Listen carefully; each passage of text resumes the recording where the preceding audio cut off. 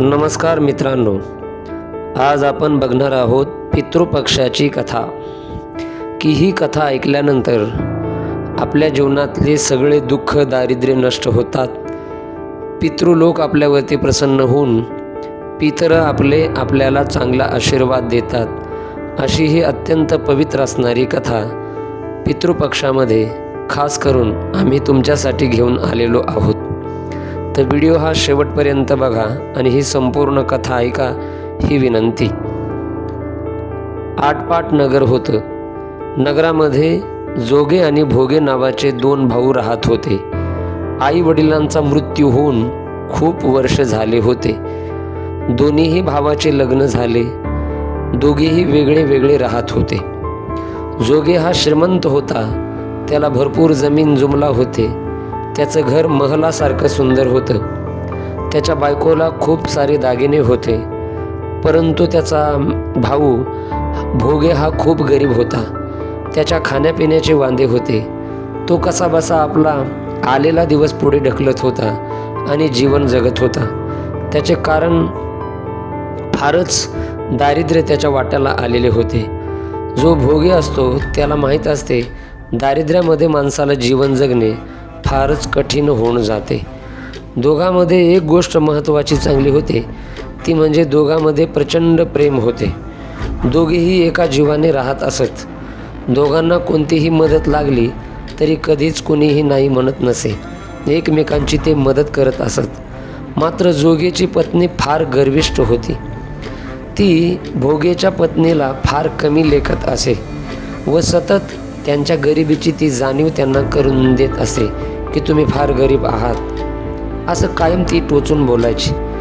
जोगेच्या पत्नीला संपत्तीचा गर्व झाला होता, पण भोगेची पत्नी अत्यंत साध्या मनाची होती। खूप शांत स्वभावाची होती। उलट उत्तर न देणारी, सुशील व संस्कारी होती। अनंत चतुर्दशी झाल्यानंतर भाद्रपद महिन्याच्या वद्य पक्षाचा पितृपंधरवडा हा आला होता। जोगेच्या पत्नीने त्यांच्या पितरांचे श्राद्ध करण्याचे ठरवले। आता पितृपक्ष आलेला आहे, तो सुरू होताच आपल्याला पितराचे श्राद्ध केले पाहिजे। तेव्हा जोगेने सांगितलं की हे व्यर्थ कार्य आहे, त्यासाठी उगीच वेळ आणि पैसा दोन्हीही वाया घालवत असं का बसायचं? त्यातून फायदा तर काहीच होणार नाही। काहीतरी फालतू बडबड करू नकोस, आपल्यासमोर कामाचा ढीग पडलेला आहे, ते आवरायचं बघ, असं त्याने पत्नीला सांगितलं। आणि तो मग टाळण्याचा प्रयत्न करत होता। परंतु त्याच्या पत्नीला समजले की त्यांनी हे नाही केलं तर गावातील लोक त्यांना नावं ठेवतील। काहीही करून श्राद्धाचं जेवण हे बनवावंच लागेल। मग तिला आपल्या माहेरच्या लोकांना मेजवानीसाठी आमंत्रित करण्यासाठी ही योग्य संधी असल्याचं वाटलं। मग या आपल्या पतीला ती म्हणाली की तुम्ही कदाचित मला त्रास नको म्हणून असे म्हणत असाल, पण मला यात काही त्रास होणार नाही। मी भोगेच्या बायकोला बोलावून आम्ही दोघे मिळून सर्व कामं व्यवस्थित करून घेऊ। मग तिने लगेच भोगेच्या बायकोला बोलवले आणि सांगितले की उद्या सकाळी लवकर उठून आमच्याकडे जेवण बनवायला तू यायचं। त्यानंतर तिने माहेरी निमंत्रणासाठी जोगेला पाठवलं। दुसऱ्या दिवशी तिने बोलावले म्हणून भोगेची पत्नी पहाटेच आली आणि कामाला लागली। तिने स्वयंपाक तयार केला, अनेक पदार्थ केले। मग सर्व कामं उरकून ती आपल्या घरी गेली। तिथं थांबली नाही आणि तिलाही जोगेच्या पत्नीने थांबवलं नाही। अखेर तिलाही पितराचे श्राद्ध तर्पण करायचे होते। लवकरच दुपार झाली। पूर्वज जमिनीवरती उतरले। जोगे भोगेचे पूर्वज आधी जोगेच्या घरी गेले तर बघितले की त्यांच्या सासरचे लोक तिथे जेवण्यासाठी व्यस्त आहेत। निराश होऊन ते भोगेच्या घरी गेले। तिथे काय होते? बिचारे भोगेच्या घरी काहीच नव्हतं। 18 विश्व दारिद्र्य असणारा तो उदास होऊन बसला होता। तो विचार करत होता की माझ्याकडेही धनसंपत्ती असती तर मीही श्राद्धाचे जेवण थाटामाटामध्ये केले असते, परंतु काय करणार? परिस्थितीच्या पुढे कोणाचे काय चालणार? दैवाला दोष देऊन काय उपयोग आहे? त्यांनी पूर्वजांच्या नावावरच आईगिरी दिली होती। पूर्वज त्यांची राख चाटून भुकेने नदीकाठी गेले। थोड्या वेळाने सर्व पूर्वज एकत्र आले आणि आपापल्या श्राद्धांची स्तुती करू लागले। जोगे भोगे यांच्या पूर्वजांनीही त्यांच्याकडे घडलेले कथन केले। मग ते विचार करू लागले की भोगे सक्षम असतात तर कदाचित त्यांना उपवाशी राहावे लागले नसते. त्याने पोटभर जेवायला तरी घातले असते, पण त्यांच्याकडे काहीच नव्हते. त्यामुळे निदान तुमच्या नावाने आईगिरी तरी त्याने दिली, पण त्याच्याकडे सगळं होतं, त्याने मात्र तुमच्यासाठी काहीच केलं नाही. त्यामुळे तुमच्या नावाने श्राद्धही त्यांनी केलं नाही, तुम्हाला जेवायलाही घातलं नाही. उलट तो त्यांच्या नातेवाईकांना घेऊन बसला, तुम्हाला घास आईगिरी काहीच ठेवलं नाही. मग ते विचार करू लागले की भोगेच्या घरी काहीच नव्हतं, त्यामुळे त्याने आपल्याला काही केलं नाही.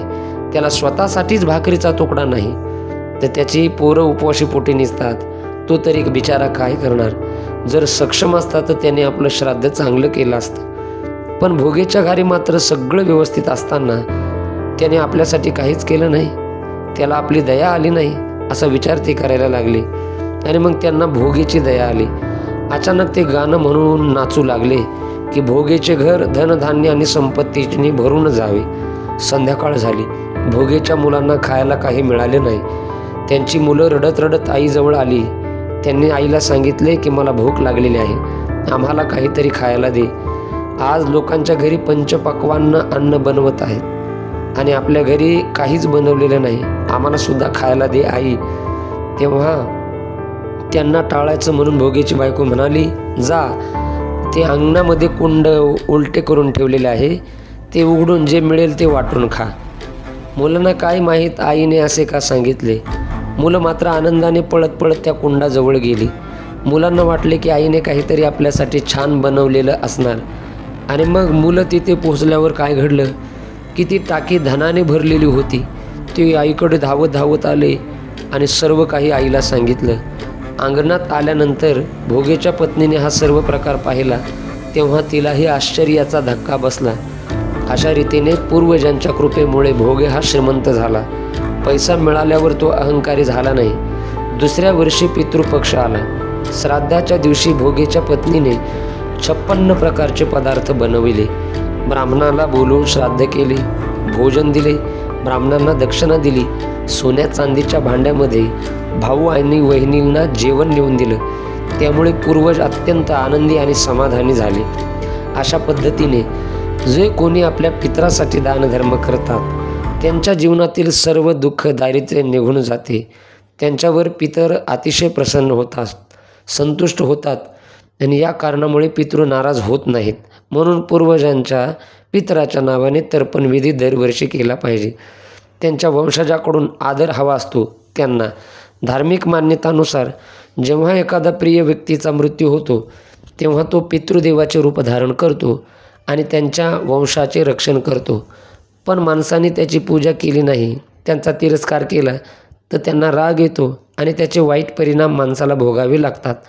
अशा परिस्थितीत हे सूचित करतात की पूर्वज ज्यावर नाराज आहेत त्यांच्या सुखात नेहमी अडथळे येतात आणि पूर्वज ज्यावर सुखी आहेत त्या माणसाच्या जीवनात कुठलीही अडीअडचण आणि दुःख त्यांच्या घरी येत नाही, कसलीही बाधा त्यांच्या घरी येत नाही.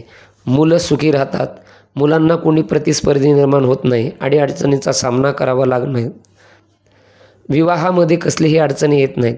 जर पितृदोष असेल किंवा पितृ नाराज असतील तर घरातील कोणत्याही मुलाचे लग्न होत नाही.